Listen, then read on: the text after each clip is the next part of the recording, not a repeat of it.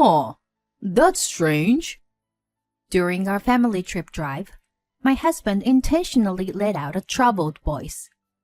Something feels off in the back of the car. Jessica, can you go in and take a look? I didn't see any abnormalities with the car. But before I could argue, my mother-in-law, who was sitting in the back seat, interjected. You're his wife. Can't you listen what your husband says? Hurry up and go check the back. Reluctantly, I got out and went around to the back of the car. Even though I saw it, I couldn't solve any trouble that might arise. However, there was no lie in the car. And then, I'll get out too. My niece Molly said that and got out of the back seat. She's usually quiet, but for some reason, she's attached to me. She was the only source of solace in the family. Well, I guess I'll go check the car then. As I thought that, my niece spoke to my husband, who was in the driver's seat. Daddy, you absolutely shouldn't do that, you know. Hey, housekeeper, can you bring me some tea? I heard my sister-in-law's voice. I sighed and took off my blue light cutting glasses. Ever since I started living with my husband's family, they referred to me as the housekeeper. My husband Mike and I met through a mutual friend during our university days. He was the type who wasn't around me much. Although he had a somewhat rough side, he was a vibrant and cheerful person, which gave me a good impression. He often talked about how he valued family and went on trips together. That was one of the reasons I found Mike so wonderful. We got married after 3 years of dating. While Mike's income was still low, I was starting to establish myself as a freelance translator. I thought that as long as we continue working together, we could happily navigate our marriage. However, I now realized that this idea was completely wrong. Shouldn't we live with my parents until we have a child? When Mike proposed that idea, to be honest, I wanted to refuse. It was because I didn't have a good impression of his parents and sister. Mike did prioritize his family, and they cherished him in return. However, he paid no attention to anyone outside the family. Moreover, his family had a condescending attitude towards me, as if considering me inferior. I still remember the first time I visited his parents' house, where they scrutinized me from head to toe. The only kind one was Molly, my niece, his sister's daughter.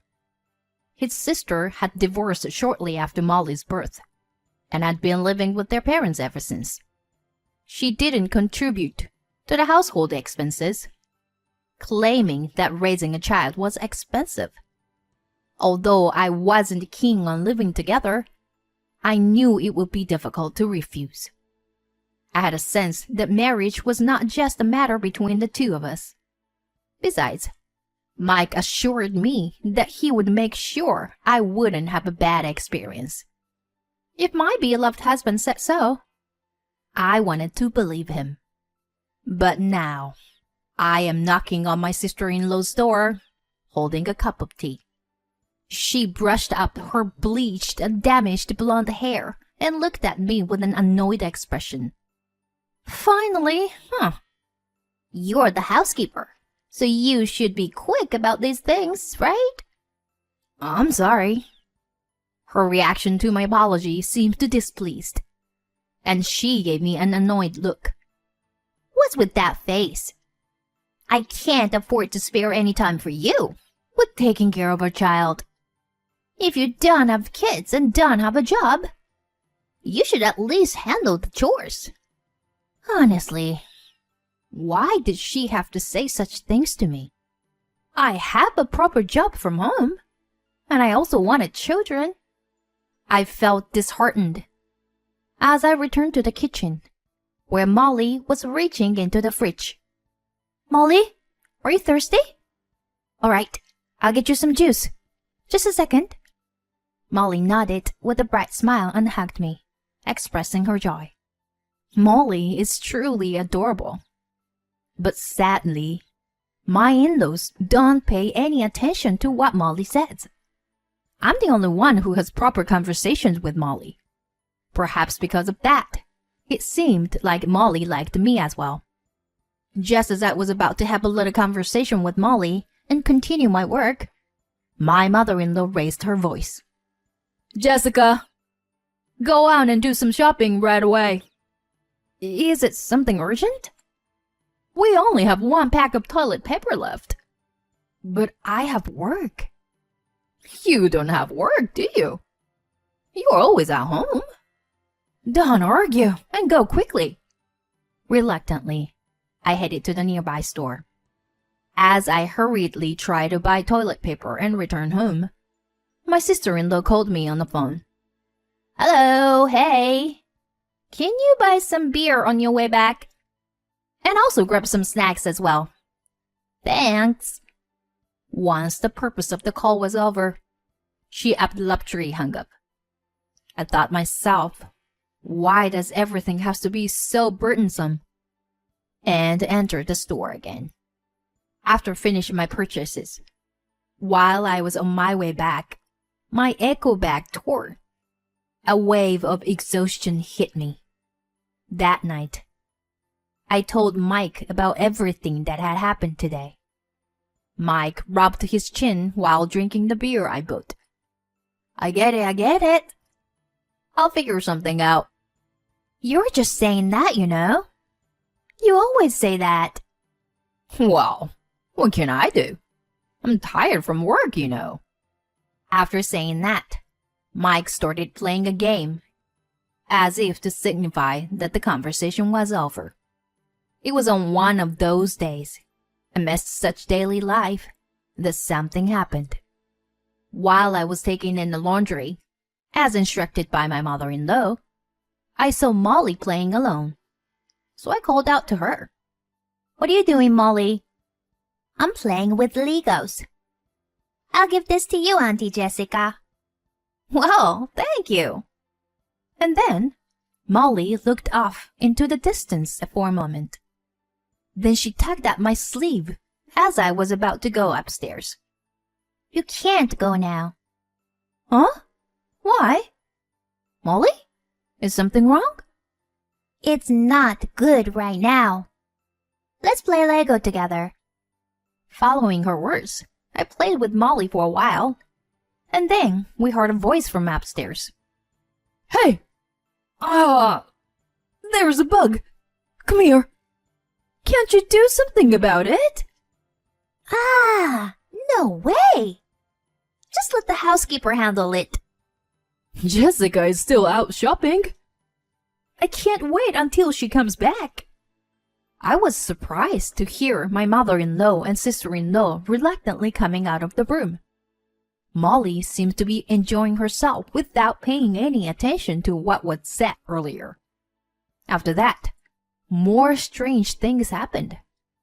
When I followed Molly's instructions, it seemed that I was able to avoid unpleasant situations, or good things happened unexpectedly. At first, I thought it was just a coincidence, but it kept happening repeatedly. So I began to think that Molly might have some kind of mysterious power. One night, while I was working in my room, I suddenly heard a knock on the door. Wondering what it could be, I opened the door and found my in-laws standing there with smiles on their faces. Jessica, we're thinking of going on a trip soon. Oh, really?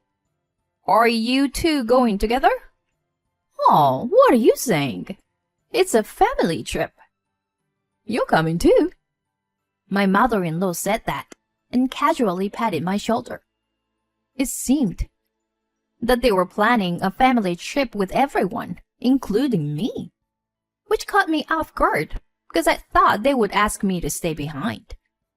Jessica, if you stay at home all the time, you'll suffocate, won't you? Let's stretch our wings and have some fun together, shall we? There was something off about my usually unnoticeable father-in-law's smile. But I couldn't imagine that they were planning a trip just to harass me. And the day of the trip arrived. When I opened the door of the minivan, which my sister-in-law said was hers, I was surprised. Where is the child seat for Molly? Oh, we don't have that kind of thing. It's a waste of money, really. My sister-in-law said that and quickly got into the back seat. Molly looked a bit uneasy as she was about to get in. I couldn't bear it anymore, so I took her hand and made an eye contact. Molly, buckle up securely, okay? If anything happens, call me right away, all right? Okay. Thank you, Auntie Jessica. And we set off on our family trip. Mike was driving. I sat in the passenger seat, and the others sat in the back. Molly was sandwiched between my sister-in-law and father-in-law, looking out the window. It was a 3-hour drive from here. Mike was worried about the directions, so I ended up navigating with my phone while looking at the map. Everything was going well for a while, but as soon as we entered the mountains, my phone battery died. Of all days, I had forgotten to bring the portable charger. I told Mike about it. Oh, well, can't be helped, I guess. After driving for a while on the mountain road, Mike suddenly stopped the car. Oh, I hear a strange noise. Huh? Really? Yes, I've been noticing it for a while now. I looked through the rearview mirror and saw everyone, except Molly, nodding. Mike looked at me. Jessica, can you go and take a look? Huh? But I don't know anything about cars. Upon hearing that, Mike became irritated and slammed the steering wheel. Just go and check, quickly. What if an accident happens? Are you ready to take responsibility? Mike reproached me with an arrogant tone. Unable to retort, I placed my hand on the door, about to get out. In that moment, Molly suddenly started speaking. It's dangerous to go farther in the car. We shouldn't go by car. What? What are you saying? Suddenly. You're such a weird child. If you hate the car so much, then get out too. With a raised eyebrow, my sister-in-law forcibly pushed Molly out of the car. I quickly grabbed Molly's hand and moved to the back of the car. The rustling sound of the trees, swaying in the wind, created an eerie atmosphere.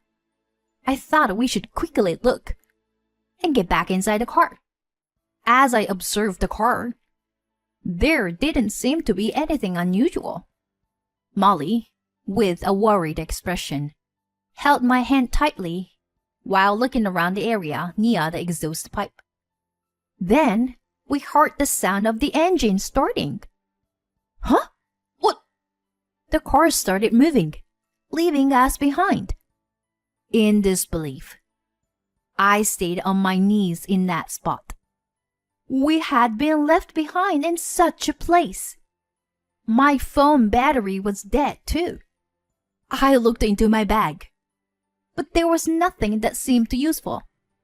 Fortunately, I had my wallet with me, but it was of no use in this situation.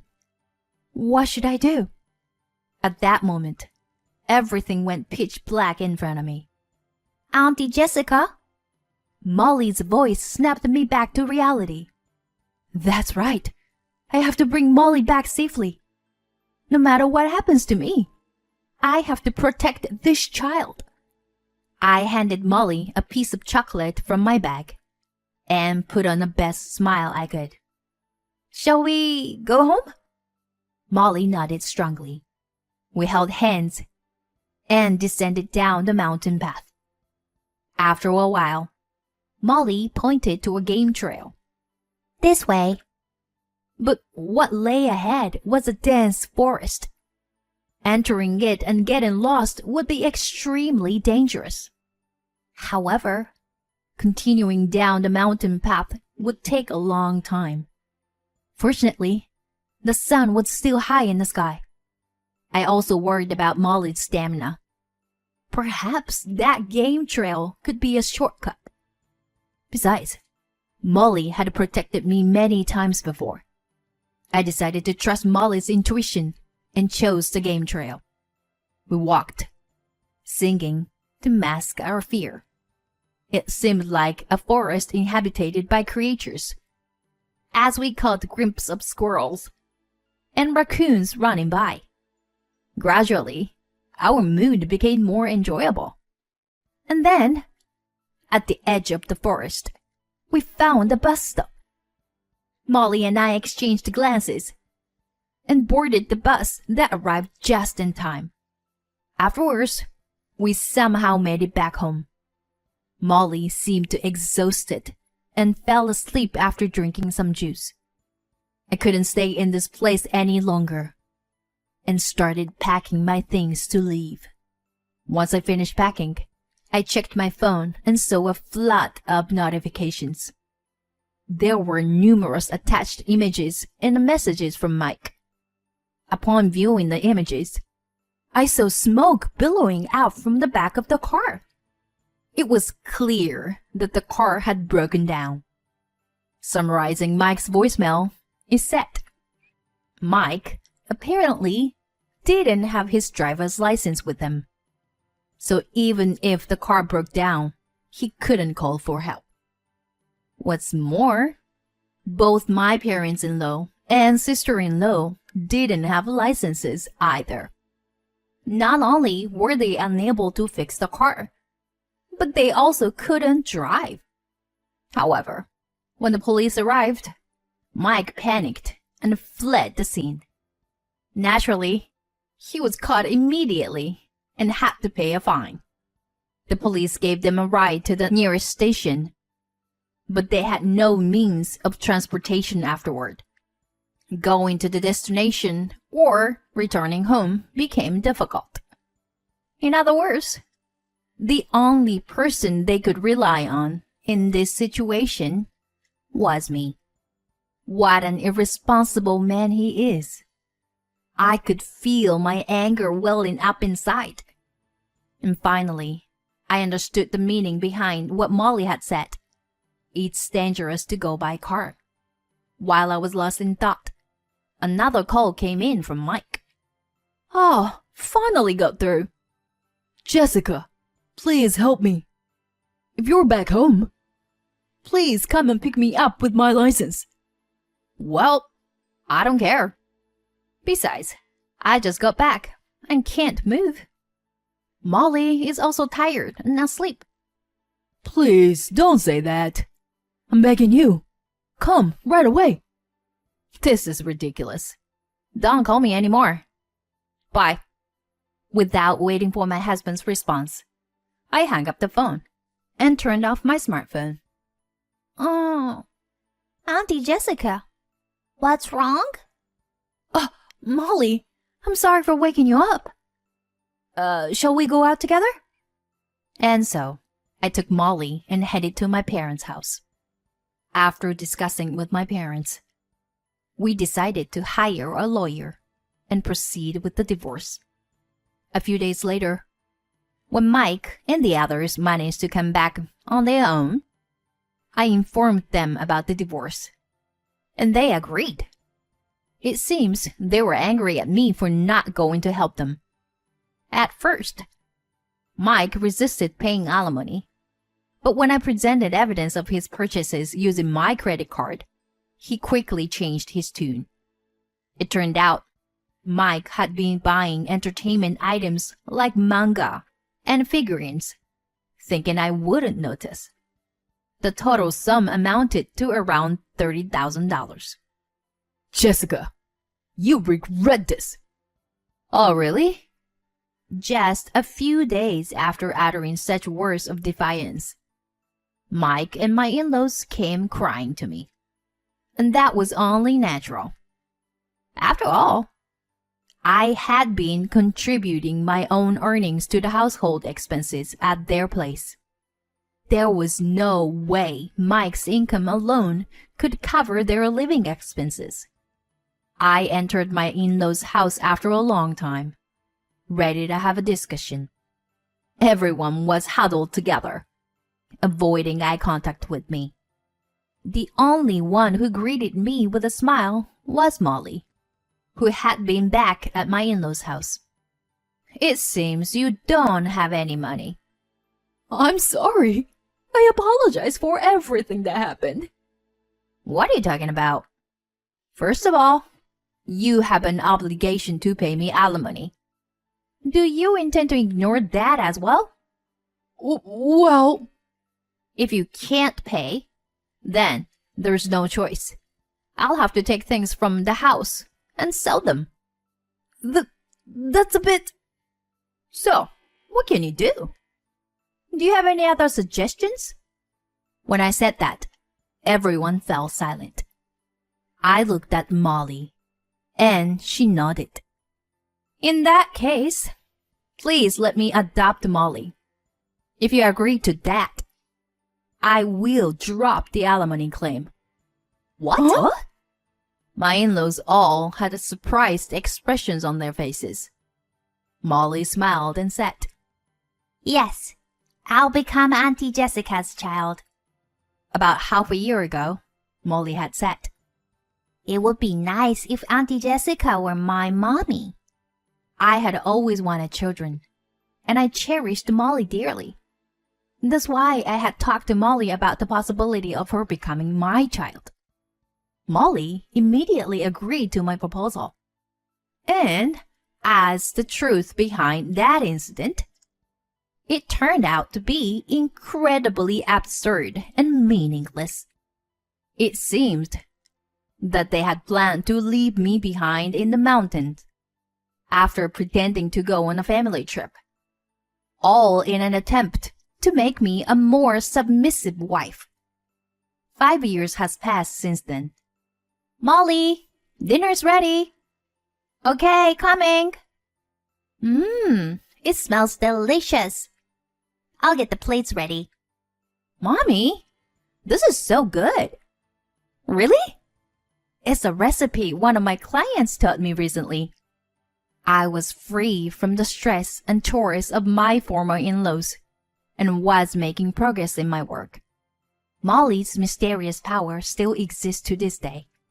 Sometimes she gives me advice regarding my work. And every time I follow her suggestions, things go well. But even if Molly's power were to disappear in the future, she would still be my beloved daughter. I reached out and gently stroked Molly's head. "Hey, Molly, how about going on a trip with Mommy soon?" Huh? A trip? "Yeah, maybe next month or so. What do you think?" Yeah, sure. As long as it's not by car. You're right. Maybe by plane. Molly and I exchanged smiles.